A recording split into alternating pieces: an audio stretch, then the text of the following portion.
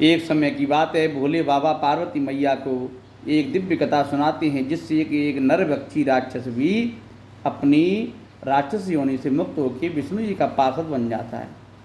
तो प्यारे, ये बहुत ही करुणामयी कथा है, दिव्य कथा है, इसको बड़े ध्यानपूर्वक सुने। इस कथा को सुनने के बाद में आपको जीवन से ये मान लो कि सब कुछ हासिल हो जाएगा। इस वीडियो को सुनने से आपको जीवन का सार समझ में आ जाएगा। एक समय की बात है, एक विष्णु जी को बहुत ही भक्ति करने वाले, प्रेम करने वाले दिव्य ब्राह्मण थे। वो ब्राह्मण एक बार तीर्थ की परिक्रमा करने गए, अपने सेवकों के साथ में, अपने चेलाओं को साथ में लेकर तीर्थ की परिक्रमा करने गए। परिक्रमा करते करते एक समय बहुत गुजर गया, तो एक नगर में घुसे। नगर बहुत ऊंचा था, देखने पर बड़ा ही भव्य लग रहा था। उस नगर में बड़े बड़े दिव्य भगवान की मूर्तियां बनी हुई थी, सब थी। लेकिन उस नगर में जैसे ही वो अंदर गए तो कहीं भी धर्मशाला खाली नहीं मिली। उसी गांव के एक सरपंच से उनने पूछा, नगर प्रधान बोलते हैं उस समय, नगर प्रधान, कि नगर प्रधान, मैं ब्राह्मण दूर से आया हूँ, मेरे कुछ साथी हैं, शिष्य हैं साथ में, कहाँ ठहरने की व्यवस्था है बताओ। मुझे कहीं ठहरने की व्यवस्था मिली नहीं है। उस प्रधान ने कहा, हे ब्राह्मण, आप ये धर्मशाला बनी है, इस धर्मशाला में ठहर जाओ। उस धर्मशाला में एक नरभक्षी राक्षस रहता था, लेकिन ब्राह्मण को पता नहीं था। ब्राह्मण अपने शिष्यों का साथ में लेकर उस धर्मशाला में ठहर गए। धर्मशाला में ठहर गए। सुबह होते ही ब्राह्मण उस धर्मशाला से बाहर आ गए। उनके साथी मित्र सब गायब हो गए। साथी मित्र गायब हो गए। उनका पता लगाने के लिए नगर प्रधान के पास गए कि नगर प्रधान जैसे ही उस ब्राह्मण को देखता, नमस्कार करता कि हे ब्राह्मण देवता, आपको नमस्कार, आप कैसे बच गए, आपके अंदर क्या प्रभाव है, बताओ, क्योंकि इस धर्मशाला से तो आज के पहले कोई बाहर आया नहीं है आपके अलावा। तो ब्राह्मण ने कहा, ऐसी क्या बात है, क्यों बाहर नहीं आया, मेरे कहाँ गए मित्र। तब उस गांव के प्रधान ने कहा कि इस धर्मशाला में एक नरभक्षी राक्षस रहता है। वह नरभक्षी राक्षस सबको खा जाता है। एक बार हमारी उससे डील हुई थी, डील यानी समझौता को, गांव के लोगों को खा जाता था। तो गांव के मुखिया के रूप में उस प्रधान ने उससे यह बात पक्की कर ली थी कि जो भी राहगीर आया करेगा, मैं इसी धर्मशाला में उसको ठहराया करूँगा, तुम उसको खा लिया करना, गांव वाले या मेरे परिवार वालों को ना खाना। तो उस प्रधान ने ऐसी बात उससे ठहर कर ली थी। लेकिन ब्राह्मण देवता वो आपको नहीं खा पाया, तो आप जरूर ही कोई दिव्य पुरुष हो, मुझे बताओ। तो ब्राह्मण देवता ने कही कि मैं आपको तो बताऊंगा, लेकिन उसके आगे क्या हुआ ये आप मुझे बताओ। नरभक्षी राक्षस की कथा बताओ, नरभक्षी राक्षस बना कैसे। तब उस प्रधान ने कहा कि नरभक्षी राक्षस थे बना नरभक्षी। एक समय की बात है कि एक राहगीर को गिद्ध, बड़े बड़े गिद्ध पकड़ के खा रहे थे, बड़े बड़े गिद्ध पकड़ के खा रहे थे। रास्ते में उसको शिकार बना रहे थे अपना। एक बुजुर्ग कोई था, जा रहा होगा, और पास में ही एक हलवाहा यानी एक किसान अपने खेत में हल चला रहा था। जब वो रागी चिल्ला रहा था, मुझे बचाओ बचाओ बचाओ, मेरी रक्षा करो, तो हलवाहा ने उसको बचाया नहीं, वो अपने खेत में ही लगा रहा। खेत में ही लगा रहा। वहाँ से एक तपस्वी निकल रहे थे। तपस्वी ने ये सब मामला जान लिया। जब उसने जब गिद्ध ने वो राहगीर को मार दिया, तो तपस्वी ने देख लिया कि उसको किसान ने बचाया नहीं है। जब तक तपस्वी आए तो मर गया, और गिद्ध मार के उड़ गया जितना खाना था उसने। तो उसने, तपस्वी महाराज जी ने, जो सामने अपने अपराध होते हुए देख रहा है गिद्ध को, फिर भी उसने उस गिद्ध को उड़ाने का प्रयास नहीं किया, भगाने का प्रयास नहीं किया, पराये पुरुषों की रक्षा के लिए आगे नहीं बढ़ा, अपने खेत में हल जोतता रहा।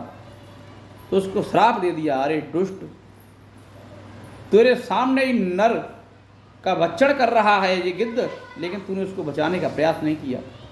अगर अपने सामने ही कोई शक्तिशाली होकर गाय को बचाए नहीं, अपने सामने ही कोई शक्तिशाली होते हुए भी कोई कमज़ोर आदमी की रक्षा ना करे, कमज़ोर ब्राह्मण की रक्षा ना करे, कमज़ोर संत की रक्षा ना करे, अपने सामने ही कोई गौ का भक्षण होते, कोई सिंह अगर कोई शेर अगर गाय को खा रहा है तो उसको बचाना चाहिए, या उसके लिए प्रयास करना चाहिए। अगर शेर को बचाते, गाय को बचाते समय अगर किसी मनुष्य की जान भी चली जाती है ना, तो वह गाय विष्णु जी का पार्षद बन जाता है। जो शरीर दिव्य संतों को, योगियों को नसीब नहीं है, वो गाय की रक्षा में प्राण त्यागने से, ब्राह्मण साधु की रक्षा में प्राण त्यागने से यूं ही प्राप्त हो जाता है। महादेव बाबा पार्वती मैया से कहते हैं कि उस सामर्थ्यवान ने भी जब राहगीर की रक्षा नहीं करी, गिद्ध खा गया, तो ब्राह्मण ने श्राप दिया, जा तू नर बच्ची हो जा, ये गिद्ध खा रहा है, वो आज के बाद तू खाएगा। और यूं कह के ब्राह्मण जैसे ही जाने लगे, वो तुरंत ही नर बच्ची हो गया। तब उसने कहा, क्षमा मांगी, हे ब्राह्मण देवता, मेरे से गलती हो गई, मैं खेत में हल जोत रहा था, तब मेरा ध्यान खेत में ही था, सो मैं ठीक से दूर से गिद्ध को देख नहीं पाया, साफ साफ, और इतने में वो खत्म हो गया।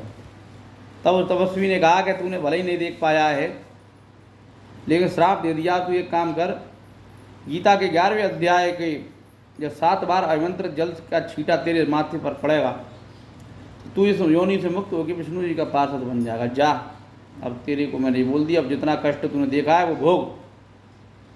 क्यों कह के तपस्वी चले गए।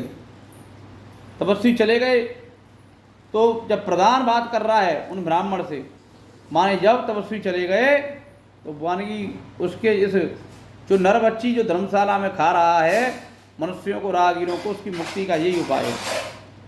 तो जब ये उपाय दिव्य ब्राह्मण ने जाना, जो योगी उस गांव में ठहरे हुए थे, तो उस योगी ने धर्मशाला में प्रवेश किया। जैसे ही वो राक्षस आया, उस राक्षस से कहा कि अरे 50 तूने ग्राम प्रधान के लड़के शायद खा लिए हैं, ग्राम प्रधान का लड़का भी इसमें आ गया है, तूने राहगीर को खाया है। जैसे उन्होंने मंत्र उनके माथे पर पटका, फेंका पड़ के पानी का, तो वो दिव्य रूप धारण करके प्रकट हो गया। उसके जितने भी मरे हुए थे उसके पेट में उसने खा लिए थे, जिसमें ग्राम प्रधान का लड़का भी था। सब दिव्य अलंकृत थे, 4 भुजाओं वाले, माथे पे मुकुट, स्वर्ण बाजूबंद, दिव्य आभूषण, देवताओं के पार्षद के रूप धारण करके दिव्य विमानों पर आरूढ़ होकर उड़ने लगे।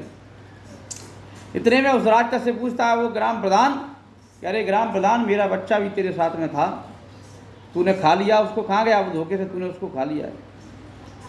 तब ग्राम प्रधान ने कहा कि वो हो तुम्हारा बच्चा, वो 4 भुजाएं लेके देवताओं जैसा स्वरूप रखा है।